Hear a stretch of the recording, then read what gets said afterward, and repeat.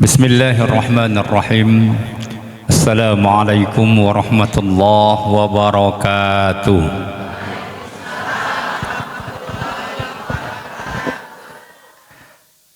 Jawaban salam yang enak itu bukan waalaikum, tapi yang betul waalaikumsalam. Kalau bapak ibu jawabnya pakai waalaikum, nggak bisa jawab salam sambil senyum karena kudu mingkem. Waalaikum. Kalau yang betul pasti jawabnya sambil senyum. Waalaikumus. Tahan dulu, ada ayat tasdid itu. Waalaikumus. Jadi kalau nggak senyum berarti jawabannya salah. Senyum itu sedekah yang selalu disampaikan oleh Nabi, tabassumuka ala wajhi akhika sedekah. Senyummu untuk saudaramu adalah sedekah. Yuk sama-sama. Assalamualaikum warahmatullahi wabarakatuh.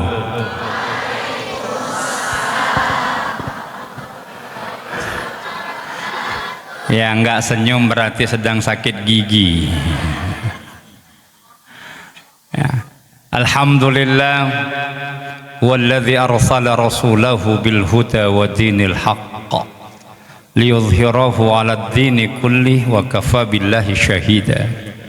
Asyhadu an la ilaha illallah wahdahu la syarikalah wa asyhadu anna Muhammadan abduhu wa rasuluh. Allahumma salli wa sallim wa barik ala sayyidina Muhammadin wa ala alihi wa ashabihi ajma'in. Bapak Ibu, semoga Allah Subhanahu wa taala senantiasa meneguhkan hati kita pada siratal mustaqim. Kok nggak ada yang amin?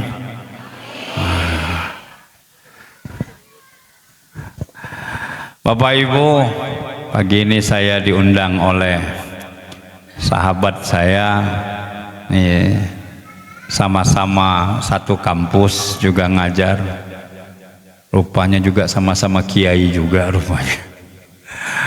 Sebenarnya saya ditinggalkan, tadi saya ditemenin di sini, sekarang saya ditinggalkan turun ke bawah. Kayaknya saya mau turun juga ke bawah nih. Bapak Ibu, Isra Mi'raj itu peristiwa yang sangat luar biasa. Kenapa saya sebut peristiwa sangat luar biasa? Perhatikan ayatnya dimulai dari subhana. Kita sering menggunakan kata subhana ini sebagai bagian dari zikir setelah sholat. Subhanallah, subhanallah, subhanallah. Para ulama, para mufassir mengatakan, kenapa ayat ini dimulai dari kata subhanallah? Kalau kita takjub, kalau kita terpana, terpesona, jangan bilangnya wow, wow, bukan. Tapi bilangnya apa? Subhanallah. Yang bapak-bapak ya lihat Luna Maya, naon teh Pak? Alhamdulillah jeung bapaknya. Enggak tuh lihat Luna Maya, subhanallah. Maha suci Allah. Kenapa maha suci Allah? Luna Maya mah banyak dosanya. Allah yang maha suci. Kenapa kita sebut subhanallah? Yang memberi berita ini adalah yang maha suci, nggak pernah bohong, nggak pernah dusta. Innallaha la yukhliful mi'ad. Allah nggak pernah ingkar janji, nggak pernah dusta. Jadi informasi ini informasi yang bukan hoax. Ini info dari Allah yang maha suci, pasti benar. Sekiranya Bapak Ibu hidupnya di zaman Nabi, saya nggak yakin ibu-ibu bisa punya sikap seperti Abu Bakar As-Siddiq. Jangan-jangan kita jadi Abu Jahal, Pak. Bagaimana masuk di akal kita? Sains yang hebat sekarang pun, yang sudah bisa buat pesawat canggih sekalipun, sampai sekarang belum pernah mendarat di langit ketujuh. Sampai sekarang, apalagi zaman dulu, zaman bahola, pesawat belum ada, betul? Terus ada orang cerita, tadi saya dari Masjidil Haram ke Masjidil Aqsa naik ke langit ketujuh cuma sepertiga malam, minal lail, sebagian malam, bukan satu malam Pak. Kan ada cinta satu malam, ini mah nggak sampai satu malam, setengah malam, minal lail, sebagian malam. Ibu percaya nggak? Bapak percaya nggak? Saya yakin nggak percaya juga. Untung sajalah kita masuk Islam, emak kita sudah Islam, ayah kita sudah Islam. Kalau nggak susah untuk masuk ke akal kita, karena memang Isra Mi'raj ini ghairu ma'qul, tidak masuk. Dia cuma bisa masuknya ke sini, masuknya pakai iman. Karena Isra Mi'raj juga adalah bagian dari mukjizat terbesar Rasulullah. Mukjizat ini, kalau kita bicara mukjizat, maka kita bicara sesuatu yang tidak masuk akal. Nabi Musa ada mukjizatnya. Apa mukjizatnya, Bu? Tongkat yang bisa membelah laut. Kalau sampai sekarang mukjizat Nabi Musa masih ada Pak, kita nggak perlu PU. Wah, jalan berlubang, cetok. Bahaya kalau mukjizat itu sampai sekarang ada nih, masalah besar nih. Semua orang akan rebutan cari tongkat Nabi Musa. Nah, Rasulullah diberi juga mukjizat. Kenapa mukjizat itu diberi kepada setiap nabi? Karena setiap nabi punya musuh, punya perlawanan, masing-masing beda. Zaman Nabi tukang sihir udah dikit, zaman Nabi Musa tukang sihirnya banyak. Ambil tali, lempar, ayah pesulap weh. Ambil tali, lempar, jadi ular. Ibu-ibu mungkin nggak berani datang ke pengajian, setiap orang bawa tali, tema bawa ular ya mah. Lempar jadi ular, lempar jadi ular. Maka pada saat itu mukjizat sesuatu yang tidak masuk di akal. Bagaimana cara mengimani mukjizat? Idza arada syai'an ayyaqula lahu kun. Ibu kita ini Pak, kalau mau menginginkan sesuatu, kita harus pakai fi'liyah, harus kerja, harus berbuat, baru sesuatu itu bisa jadi. Nggak bisa abdi teh mau minum, idza arada syai'an ayyaqula lahu kun fayakun, jegrek habis satu botol. Nggak mungkin. Saya harus pakai fi'liyah, tangan saya gerakkan, tangan buka tutup botol, baru minum. Bisa nggak kalau ibu bapak cuma pakai eling, kenyang? Nanti bentar lagi pasti ada makanan barokah nih. Kalau Ustaz tahu udah kecium baunya. Bisa nggak ibu kenyang pakai eling? Seng eling, kenyang satu piring habis. Nggak bisa. Tapi bagi Allah tidak perlu fi'liyah. Allah cukup dengan kauliyah.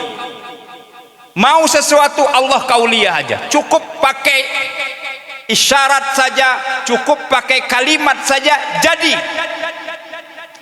Pernah nggak kasus seorang raja diprovokasi oleh Abu Jahal?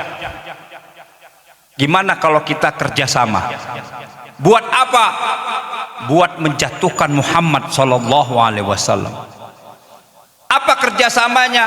Cari sesuatu yang tidak masuk di akal dan tidak mungkin dikerjakan oleh Muhammad. Oke, kita minta taruhannya apa? Jadi dulu taruhan udah ada, jadi judol udah ada dulu Pak. Taruhannya apa? Taruhannya ini nggak bisa kecil-kecil, ini harus gede. Apa itu? Iman.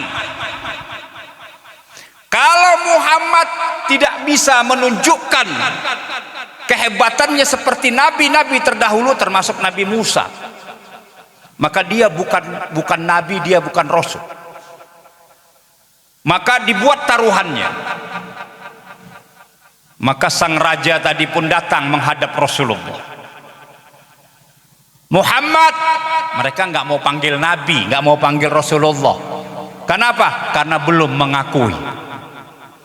Kalau benar engkau seorang nabi, tentunya nabi-nabi terdahulu diberikan mukjizat. Sekarang kalau kamu bisa menunjukkan mukjizatmu Muhammad, maka saya sebagai raja dan seluruh pengikut saya akan masuk ke agama Islam. Oh, taruhannya gede, bukan 1-2 orang. Tetapi sebaliknya, kalau seandainya engkau tidak bisa membuktikan kemukjizatan itu, maka engkau harus berhenti menyebarkan agama Islam. Nah, kalau kepada Nabi dikasih mukjizat, kalau kepada aulia dikasih karomah namanya. Walaupun karomah ini sempat dibuat jadi merek mie instan. Pernah dulu ada mie karomah. Sekarang nggak ada lagi, karena takut kalau orang makan mie itu punya keahlian nanti. Akhirnya apa? Kata sang raja, Muhammad, kau lihat bulan di atas langit itu? Lihat. Sekarang bagaimana caranya kau panggil bulan itu di hadapanmu, lalu kau belah, lalu kau balikkan lagi ke langit. Ini kira-kira ide gila nggak nih Pak? Halo Pak, kalau Bapak jadi pendakwah ditantang kayak begini nih, berani nggak? Wah, bakal keluar dari Islam semua orang. Bayangkan bulan di atas langit harus dipanggil, lalu dibelah, lalu kemudian balikin lagi ke langit. Gimana jahit bulan coba?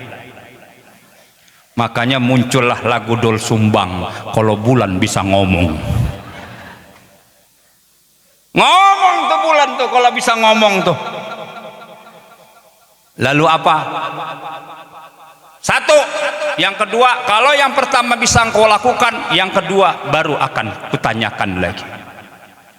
Apakah saat itu Rasulullah kemudian mundur ke belakang menyerah? Tidak. Rasul angkat tangan, ya Allah, ini gimana? Bulan segitu jauhnya gimana manggilnya? Ya Allah, la haula wala quwata illa billah. Maka Allah mengutus malaikat Jibril.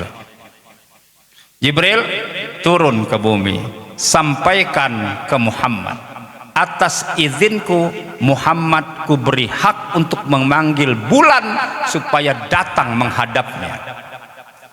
Lalu Rasulullah naik ke bukit kecil, Rasulullah sholat 2 rakaat. Setelah sholat Rasulullah angkat tangannya, panggil bulan. Bulan turun. Ini kalau seandainya bulan turun, bumi pecah nggak ya? Segitu gede dari atas turun ke bumi, masuk akal nggak? Enggak. Tapi Allah mengatakan kepada bulan, idza arada syai'an ayyaqula lahu kun fayakun. Bulan itu turun ngadap Nabi, dibelah oleh Nabi dengan tangannya, bukan pakai parang Pak, pakai tangan Nabi dibelah, gedeblek, jadi 2, bulan terbelah 2. Jadi kalau ada judul cerpen bulan terbelah, itu salah satunya adalah cerita kisah Rasulullah membelah bulan. Terbelah bulan, satu bagian masuk, ini kayak, tapi jubah saya kurang gede, pakai jubah satu masuk ke sini, nyampe ke dada Nabi, sebagian lagi masuk dari arah kiri sampai ke dada Nabi, dari arah dada Nabi dua-dua keluar menyatu kembali dan balik ke langit. Masuk akal nggak? Ini mah kayak film Sang Gokong kayak begini nih Pak, nggak masuk di akal, tapi terjadi. Apa buktinya? Setelah 1400 tahun yang silam, naiklah seorang astronot ke bulan. Seorang astronot ini berpikir, kenapa di bulan ada bekas jahitan? Ah, berarti ilmu tukang jahit udah ada dari dulu. Kok ada bekas terjahit ini? Bulan ini seperti pernah dibelah, pernah dipotong. Astronotnya turun, langsung dengar ini kisah Nabi, langsung bersyahadat, asyhadu an la ilaha illallah wa asyhadu anna muhammadar rasulullah. Belum sempat raja ini memberikan pertanyaan kedua, Nabi langsung panggil raja ini, hai sini raja, silakan sekarang juga engkau pulang ke rumah, engkau temui putrimu. Rupanya raja ini tadi mau minta tolong, Nabi, aku punya anak perempuan, tangannya buntung, kakinya buntung, persis kayak semangka, nggak ada tangan, tidak ada kaki. Saya mau tanya, dokter mana yang bisa mengembalikan tangan dan kaki yang buntung secara sempurna? Nggak ada. Pulanglah sang raja ini ke rumahnya. Dia heran, kenapa Nabi menyuruh saya pulang, suruh lihat anak perempuan. Dia terheran, belum ditanya Nabi udah tahu. Pulang ke rumah, belum sampai di rumah, di gerbang rumah, anaknya dengan sempurna, tangan yang buntung jadi sempurna, kaki yang buntung jadi sempurna, lalu membentangkan tangannya dengan 2 kalimat syahadah, ayah, asyhadu an la ilaha illallah wa asyhadu anna muhammadar rasulullah. Terduduk tuh raja di depan anaknya, pup, langsung ikut bersyahadat. Bagaimana mungkin tangan yang buntung tanpa proses operasi bisa balik? Masuk akal? Karena itu iman selalu bertentangan dengan akal. Kalau kita di hadapan dengan begini ini, hidup di zaman Nabi, hidup di zaman Abu Jahal, jangan-jangan kita jadi pengikut Abu Jahal.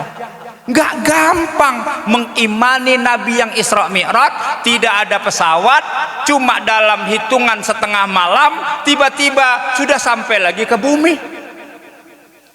Nggak masuk di akal. Maka ketika itu Abu Jahal sudah merasa menang. Wah, ini nih kesempatan ini menjatuhkan Muhammad di hadapan sahabatnya Abu Bakar As-Siddiq. Datang Abu Jahal. Abu Bakar, apa Abu Jahal? Aku ingin berkisah kepada engkau. Kisah apa rupanya? Tadi sahabatmu Muhammad bercerita kepada kami bahwa malam tadi dia dari Masjidil Haram ke Masjidil Aqsa, naik ke Sidratul Muntaha, sudah balik lagi ke bumi. Menurutmu ini ceritanya ngarang, bohong, apa benar? Udah seneng nih. Udah seneng Abu Jahal nih, kena nih kali ini Muhammad nih, biar ketahuan bohongnya, hoax. Abu Bakar nanya begini, yang cerita siapa? Temenmu Muhammad. Kalau yang ngomong Muhammad, apapun ceritanya pasti benar. Lu sama gilanya rupanya. Tadinya udah semangat mau menang Pak, tapi begitu dengar jawaban Abu Bakar, kalau Muhammad yang berbicara maka apapun yang ia sampaikan benar. Di dalam literasi Islam ada satu ilmu untuk menentukan hadis ini baik sahih atau dhaif atau maudhu. Itu ada ilmu namanya takhrijul hadis. Ilmu ini untuk mengetahui hadis ini palsu atau tidak. Syaratnya kalau ada salah satu atau seorang daripada perawi itu, penyampai hadis itu, ada yang tukang berdusta, maka hadis itu dianggap dhaif. Sekecil-kecilnya dianggap dhaif kalau tidak maudhu. Itu ilmunya. Sekarang saya tanya, sok atuh sing jujur, di antara bapak ibu yang hadir di sini termasuk saya, siapa yang nggak pernah dusta di sini? Ngacung. Kenapa senyum? Cong, siapa yang nggak pernah dusta? Terus ibu balikin ke saya, Ustadz, saya pernah dusta. Berarti yang saya sampaikan ini dhaif, Pak. Kenapa? Karena pernah berdusta. Sekarang saya tanya, yang kira-kira sepanjang hidupnya dustanya cuma 1 kali, coba angkat tangan. Nggak ada juga. Ya, nggak ada juga. Bayangkan itu Bapak Ibu. Sekarang orang cerita begini melalui handphone, menurut Ibu itu ceritanya dhaif apa sahih? Kalau pakai ilmu takhrij hadis, semua berita di handphone hoax. Kenapa? Karena yang megang handphonenya pembohong. Karena yang pegang handphonenya tuh berdusta. Makanya jangan percaya teing. Kalau ada orang kirim SMS, kirim WA, langsung percaya, jangan. Kenapa? Karena kita bukan hidup di zaman Nabi. Kita hidup di zaman di tengah-tengah para pendusta, pembohong. Repot, Pak. Kata kuncinya cuma satu. Kalau informasi itu bertentangan dengan Al-Quran, bertentangan dengan hadis Nabi, pastikan jangan diterima mentah-mentah. Itu inti. Subhanalladzi asra. Maka ketika ditanya, kenapa engkau percaya Abu Bakar bahwa Rasulullah itu Isra dan Mi'raj? Karena kalimatnya asra. Asra itu diperjalankan, bukan berjalan. Saya tanya, dari sini ke Amerika berapa jam? Siapa yang udah pernah ke Amerika sini? Acong. Saya pun tak berani berkata karena saya pun belum pernah ke sana.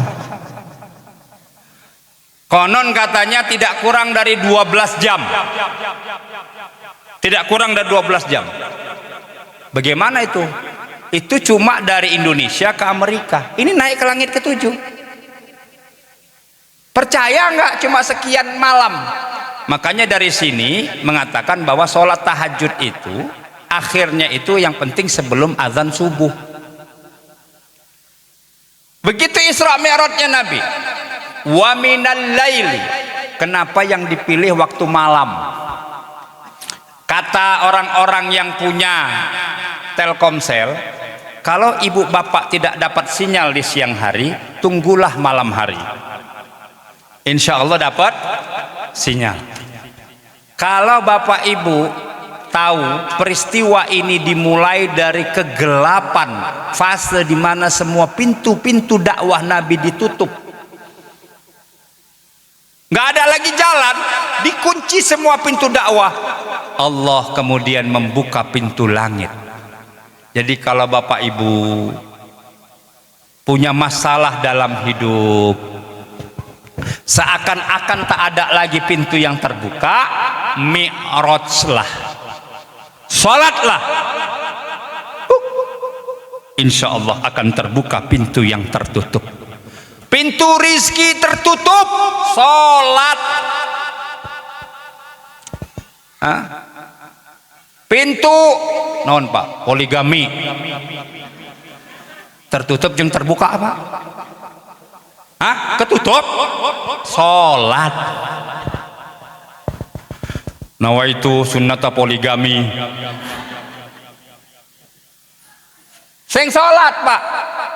Jadi segala yang tertutup insya Allah bisa dibuka dengan sholat.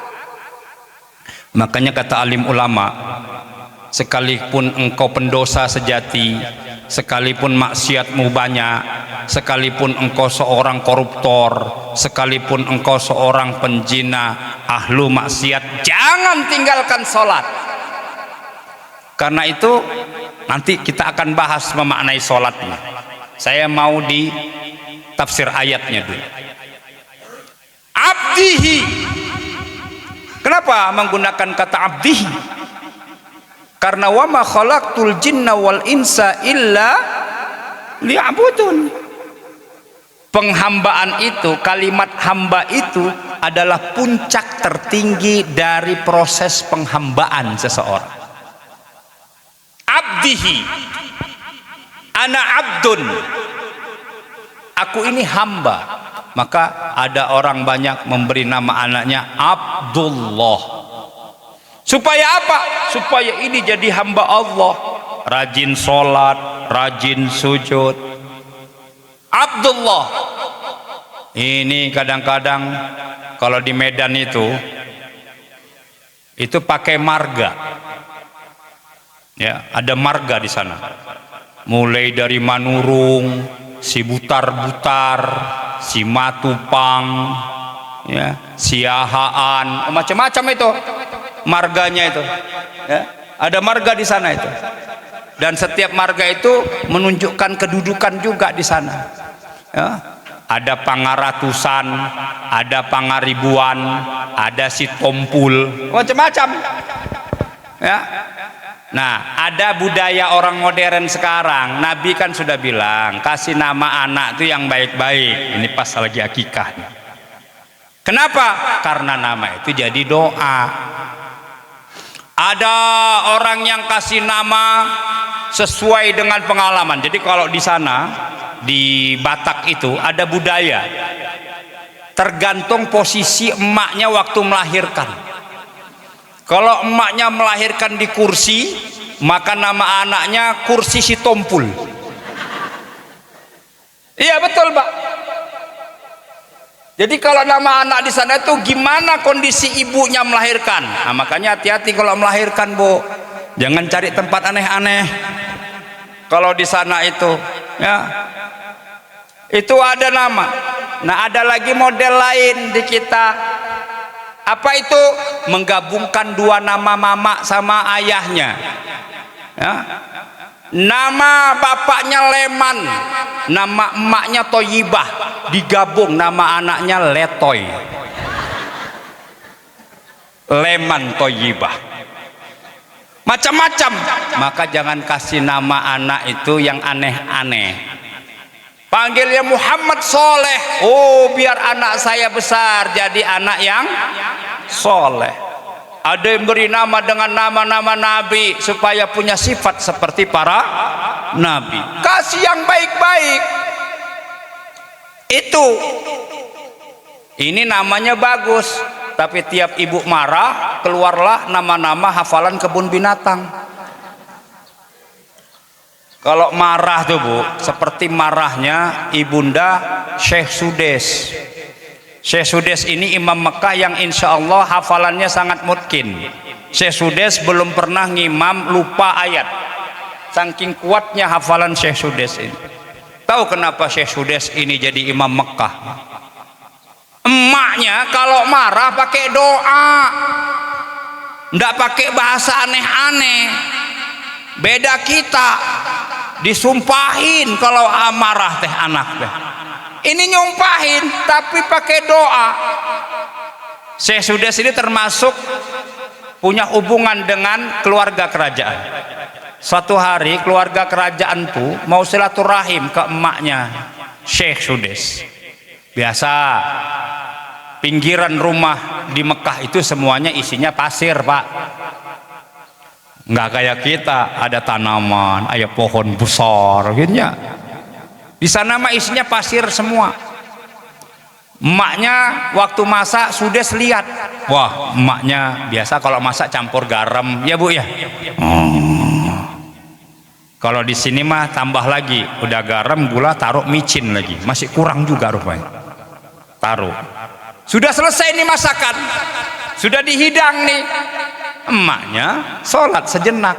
Sudes kecil saat itu mau praktek masak juga. Dia ambil pasir di depan rumah, dia tengok makanan, dia praktek seperti ibunya. Dia taburin makanan itu dengan pasir. Saya mau tanya, kalau udah makanan masak, anak ibu ambil pasir, pasirnya ditabur di atas makanan, saya pengen tahu kira-kira ibu teh ngapain sama anak. Saya pengen tahu. Sok bapak diapain teh anak teh?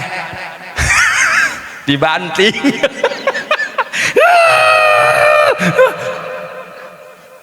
Udah capek lelah tiba-tiba makanan ditaburin pasir. Tahu nggak? Apa nggak gemes tuh? Hah? Gemesin apa emosian? Itu gigi tuh kalau bisa bisa patah tuh gigi. Ih, udah begitu tuh. Apakah mamanya Sudes, emak Sudes kemudian nggak marah? Marah. Tapi marahnya keren. Apa kata emaknya? Sama, Bu, panggilan Sudes yang pendek itu menjadi panjang. Kan kita kalau marah nama jadi panjang kan, Muhammad, begitu kan? Itu marah. Sudes, ukhruj anta, kun imaman Makkah. Keluar kau dari rumah, jadi imam Mekah sana. Betul Pak, kabul. Itu marah aja doanya apalagi mamanya lagi soleh. Maka marah mah jangan bilang aneh-aneh, monyet. Memang wajahnya nggak berubah Pak, jadi monyet, tapi kelakuannya asa monyet. Ceng, ingat peristiwa kisah di Indonesia maling kundang, betul? Disumpahin jadi batu. Memang anak sekarang nggak jadi batu Pak, tapi hatinya membatu, otaknya membatu. Kenapa? Disumpahin sama emaknya. Kasih nama yang baik, Abdullah. Begitu Allah mengajarkan dalam ayat ini, abdihi minal masjidil haram ilal masjidil aqsa. Kenapa transit? Saya kalau sekiranya tidak disuruh sama Nabi mengunjungi 3 masjid tuh Pak, ogah saya mau ke Aqsa itu. Bener? Ada. Mau sholat susahnya minta ampun ke Aqsa itu. Orang Yahudi itu udah bawa AK-14 Pak, di depan pintu masjid, macam lapangan perang di masjid itu dia buat. Kalau dia tidak izinkan masuk, kita tak boleh masuk. Diam di situ. Kita sengaja bangun jam 3 supaya bisa sholat tahajud. Nggak bisa masuk, ditahan di situ. Ya Allah, udah gangnya sempit-sempit, mau masuk ke dalam susah. Saya katakan, sekiranya tidak disuruh Nabi nggak mau datang. Udahlah, saya sekali ke sana. Untuk apa? Ingin mengetahui bukti Isra Mi'raj Rasulullah. Ayat tuh di situ, ayat. Ada batu besar Pak, batu gede, nggak nyecah ke tanah. Nah, begini, di atas tanah Pak, ada tali, nggak ada tali, cecah begini. Bisa nggak kira-kira ibu ambil batu, sulap, naikin batunya ke atas, diem. Rupanya batu ini dulu minta ikut sama Nabi Isra Mi'raj ke langit. Kebayang nggak? Kan bingung juga Nabi kan, aku mau naik batu apa naik buruk? Itu ada batu Pak, batu udah sempat naik segini, tapi kemudian kata Nabi, nggak bisa batu. Kenapa Nabi? Biarlah aku menjadi pendampingmu, ikut bersamamu, naik ke atas menemui Rob. Nggak bisa. Kenapa? Tiketnya cuma 1, nggak ada tiket tambahan, close. Jangankan batu, malaikat aja nggak nyampe. Nggak nyampe. Saya lihat tuh batu itu. Oh, nah itu bukan tempat kita sholat. Masjidnya mirip, kubahnya mirip. Saya ditunjukin di sini Rasulullah dulu memimpin sholat berjamaah bersama para arwah para anbiya. Jadi ini bukan hoax, karena masih ada bukti-bukti kekuasaan Allah itu di sana Pak. Saya udah lihat di Aqsa itu. Kenapa orang Yahudi begitu menutup pintu Aqsa Pak? Karena ini Aqsa Pak, dinding persis di samping itu tempat sholat mereka, tempat ibadah orang Yahudi, namanya dinding ratapan. Jadi kalau orang Islam keningnya ditaruh di bumi, orang Yahudi keningnya ditaruh di tembok. Makanya orang meratap itu selalu narukin keningnya di tembok, meratap. Kita tidak sujud. 2, kenapa harus singgah dulu ke Aqsa? Ini supaya Bapak Ibu tahu, hati kita, iman kita ini terpaut ke Aqsa. Kalau tidak ada Aqsa, sholat nggak nyampe ke kita. Artinya apa? Aqsa sebagai tanda bukti. Orang-orang kafir Quraisy dulu suka jalan-jalan ke Aqsa. Mereka suka jalan-jalan ke sana. Mereka tahu ada apa. Untuk membuktikan itu Nabi disinggahin situ. Nanti kalau ditanya betul gitu ke Masjidil Aqsa, dijelaskan sama Nabi. Di Aqsa itu ada ini, di sini ada ini, di sini ada ini. Sehingga mereka tidak bisa berkutik. Tapi begitulah kafir Quraisy. Sekalipun sudah ada bukti, tetap saja tidak percaya. Kenapa? Karena tidak ada iman. Aqsa, kata alim ulama, kalau dia ditarik dari Aqsa itu langsung lurus, itu langsung tembus ke Sidratul Muntaha. Kalau Mekah itu magnetnya bumi, magnet. Kalau Mekah rusak, guncang bumi. Makanya dua ini dijaga. Jadi ada 3 cahaya: Makkah, Madinah, Aqsa. Kata ulama, Aqsa itu adalah cahaya. Maka jangan bilang, oh saya bukan orang Palestina. Ini bukan persoalan Palestina, karena sholat kita berhubungan dengan sayaqulu sufaha minan nas ma wallahum an qiblatihim allati kanu 'alaiha. Orang-orang sufaha, orang-orang dalam tanda kutip nih bodoh, kata Allah, ya, mereka lupa bagaimana Allah mengalihkan kiblat itu. Dulu Aqsa itu jadi kiblatnya orang Nasrani, jadi kiblatnya orang Yahudi. Tapi Allah bilang apa? Fawalli wajhaka syatral masjidil haram. Ini 2 kiblat nih. Ini yang disebut dengan kiblatain. Ya. Di mana Nabi dapat perintah itu? Di Masjid Kuba. Makanya masjid yang pahalanya sama seperti umroh, yaitu Masjid Kuba. Kalau datang ke sana jangan tak sholat. Bila perlu tiap sholat duhanya di Masjid Kuba, yang dekat yaitu jaraknya. Supaya apa? Supaya memang sekali umroh, tapi pahalanya berlipat-lipat berulang-ulang umroh dan haji. Ya, dikasih tahu ini. Ila minal masjidil haram ilal masjidil aqsa. Nah, keren. Jadi kisah Masjidil Aqsa ini punya hubungan yang hebat. Jadi semua orang Islam harus terpaut hatinya dengan Masjidil Aqsa.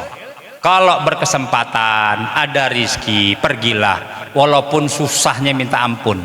Tidak ada sedikit uang kita itu yang masuk ke Palestina, tidak ada. Semuanya diambil sama orang Israel.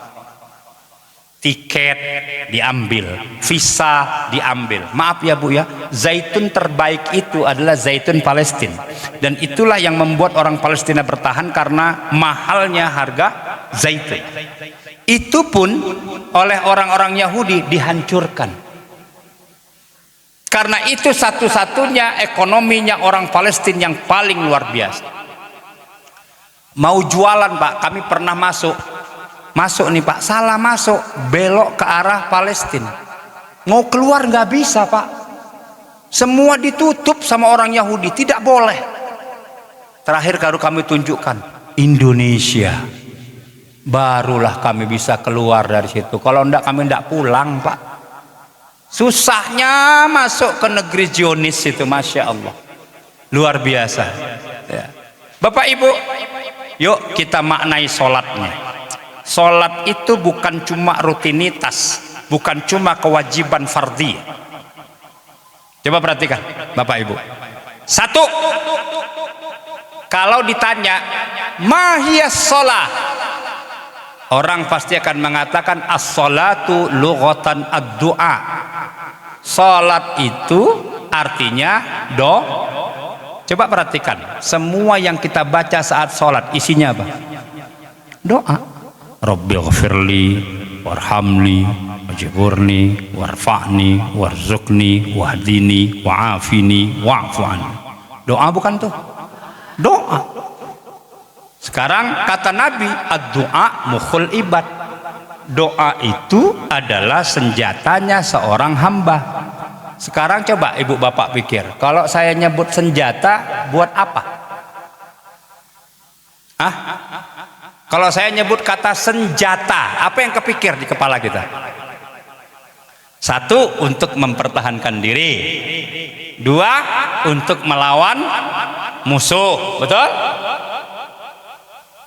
Satu hari, setiap hari nih kita, ibu mau datang ke majelis taklim ini, itu iblis itu untuk satu orang kita Pak, termasuk saya yang hadir di tempat ini, iblis itu menurunkan 70 personil iblis untuk menggagalkan kebaikan yang mau kita lakukan.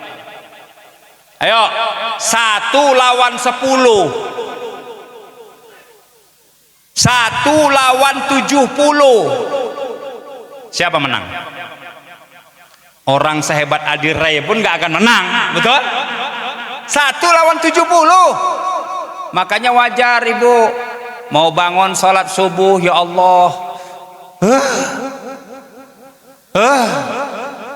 berat tidur deh, berat, lawan 70, kira-kira bisa menang?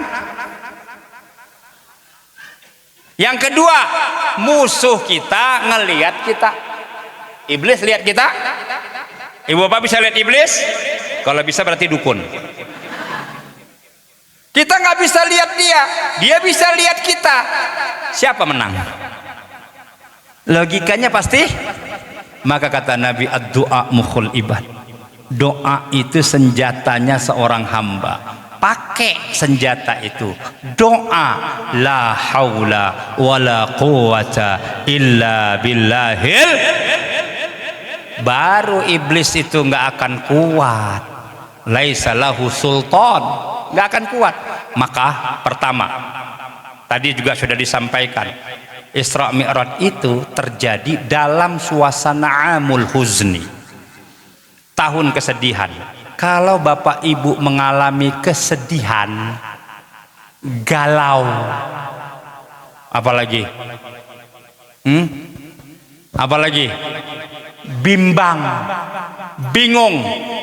Kalau ibu tanya, apa yang harus kami lakukan? Sholat. Selesai.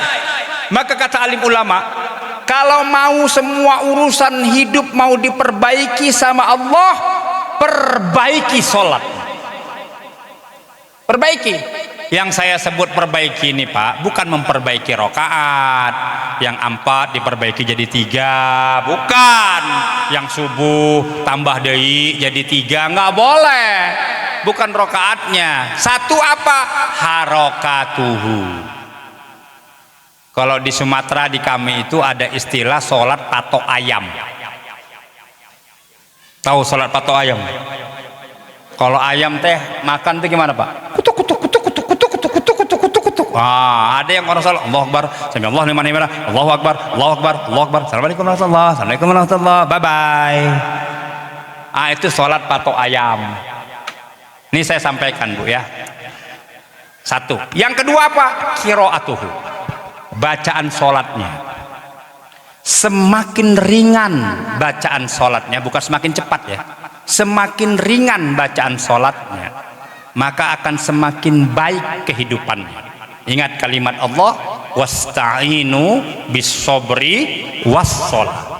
Kalau mau mengukur kesabaran seseorang, alat ukurnya lihat dia waktu sholat. Lihat, kalau ibu sholatnya seperti buruk, secepat kilat, ini orang pasti nggak sabar ini. Ini orang nggak sabar. Begitu datang ujian, jebret, hancur babak belur, langsung ngamuk, langsung stres. Syukur-syukur tidak masuk RSJ. Tapi kalau ibu makin ringan bacanya, contoh, selama ini mungkin kita mau pakai yang mana, yang pendek, yang panjang, yang pertengahan, terserah. Ya, mungkin pakai Allahu Akbar kabirah.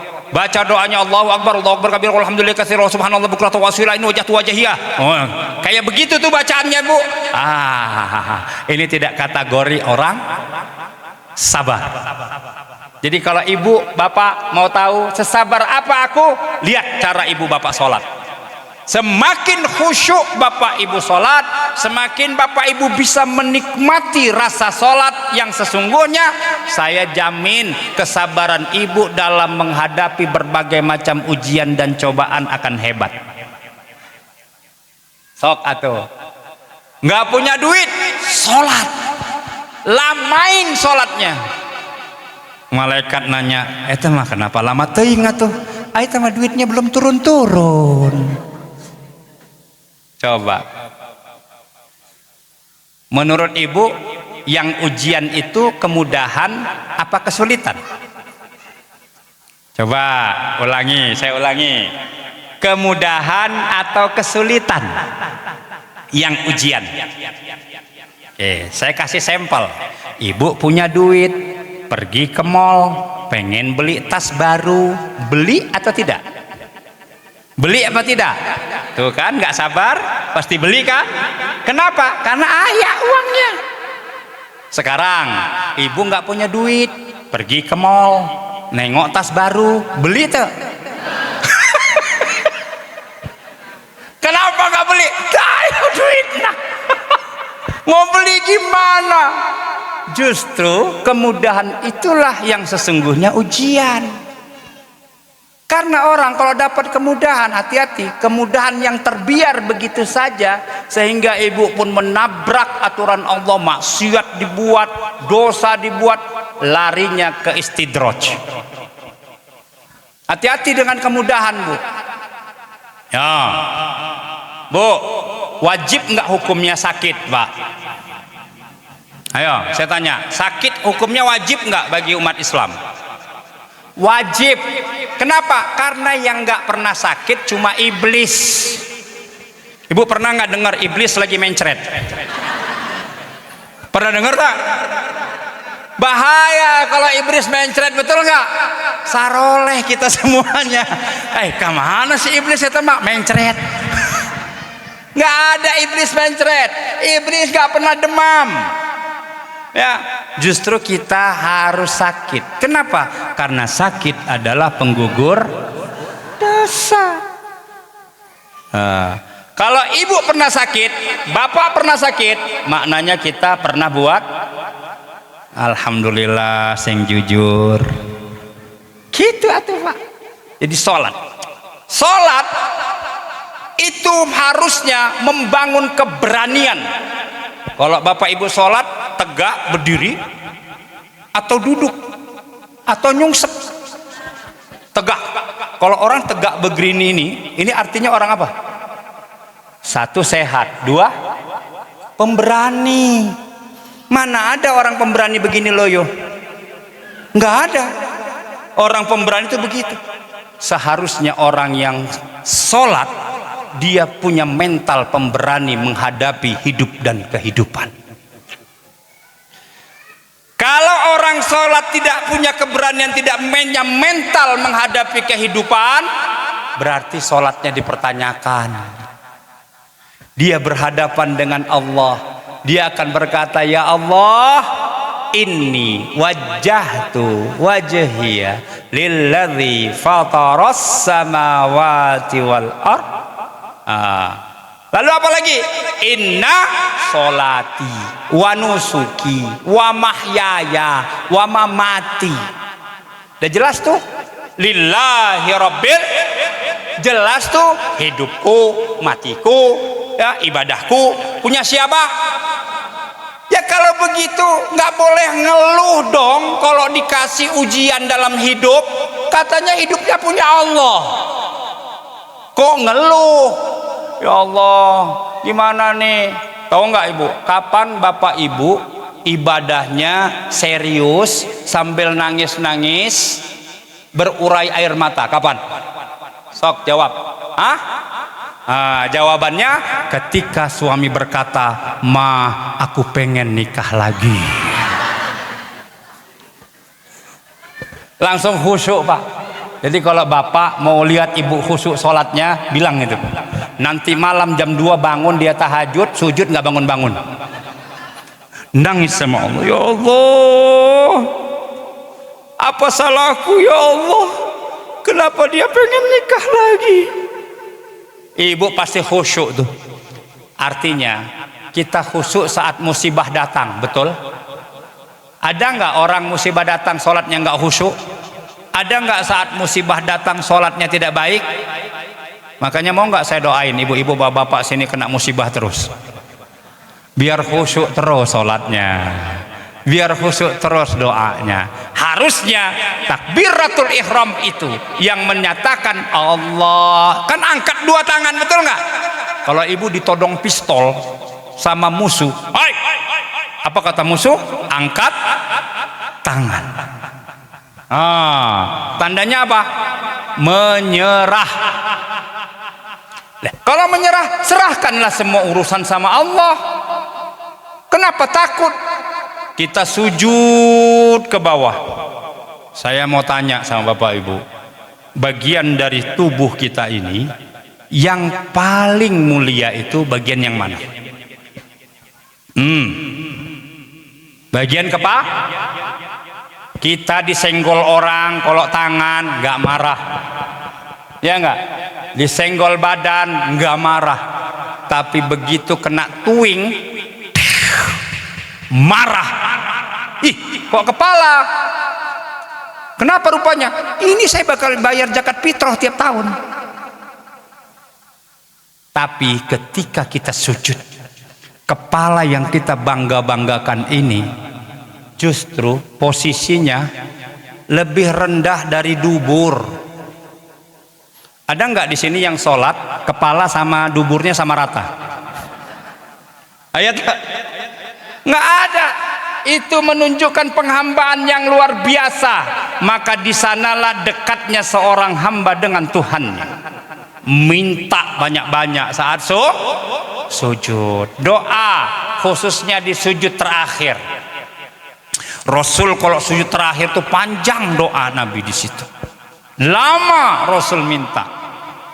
Ya, beda dengan kita. Kita ini kalau sholat berjamaah ayatnya panjang. Al-Baqarah,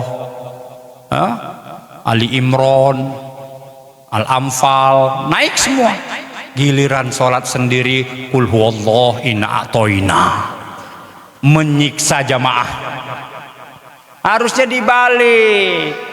Gimana caranya? Tapi jangan juga langganan ayat itu aja, sehingga jamaah buat imam jadi lotre.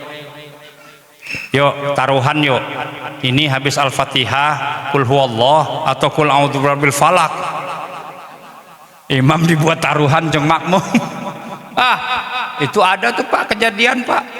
Seorang direktur perusahaan, ya, etika tidak boleh menyebut nama. Dia bilang apa? Ustadz, kenapa Pak? Gimana ya caranya Pak Ustadz? Kenapa? Saya dibuat tebak-tebakan sama karyawan saya. Kenapa rupanya? Ya saya kan dah hafal ayat yang lain. Hafalnya cuma trio kul saja. Qul huwallah, Qul a'udzu falaq, Qul a'udzu. Kalaupun ganti inna a'toina Ustadz, nggak ada lain. Gimana caranya supaya saya itu bisa tidak dibuat lotre lagi sama jemaah? Saya bilang, ya harus ganti surah. Apa yang Bapak suka? Saya senang si Ustadz Ar-Rahman. Bagus, pakai Ar-Rahman. Ya, saya susah ngapalnya banyak-banyak, satu ayat saja. Tak usah banyak-banyak, tapi itu akan membuat ricuh jemaah hari ini. Oh gitu Ustadz? Iya, sah Ustadz, sah. Saya bilang. Waladdallin, amin. Udah mulai nih. Qul huwallah, Qul a'udzu falaq, Qul a'udzu birabbin nas. Ar-Rahman, innalillah, kata jemaah. Bahaya ini, panjang ini. Allahu Akbar. Satu ayat. Subhanallah. Maka ada satu masjid Pak di Aceh sana. Itu kalau bulan Ramadan tarawih itu imamnya bacanya surah Muqatta'ah saja. Waladdallin, amin. Bismillahirrahmanirrahim. Nun, Allahu Akbar. Ada. Rame tuh Pak jamaahnya, anak muda semua, Gen Z semua. Wah, katanya wah, hidup imam. Mau ngetes nggak Pak di sini? Hah? Taraweh 23 rakaat pakai muqatta'ah aja. Alif lam mim Allahu akbar. Wah. Rame Pak, jamin rame jemaah Pak. Sok atuh. Ya kan? Daripada kita lomba-lombaan waladhdallin amin. Nah, kan? Udah, pakai yang muqatta'ah saja. Sah. Qaf Allahu akbar. Wih, rame datang. Salat itu mempunyai kekuatan energi yang hebat sehingga Allah mengatakan apa? Inna salata tanha anil fahsya. Maka menilai salat itu jangan saat salat. Kalau ada orang begini, ngapain juga ente salat? Orang belum tutup aurat kok. Ngapain juga salat? Masih koruptor. Ngapain juga sholat?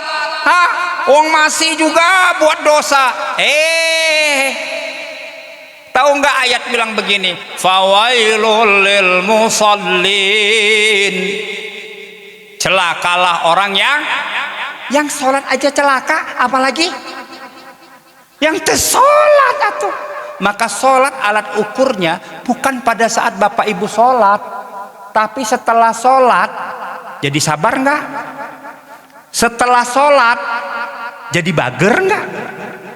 Setelah sholat jadi soleh, jadi soleha? Tidak.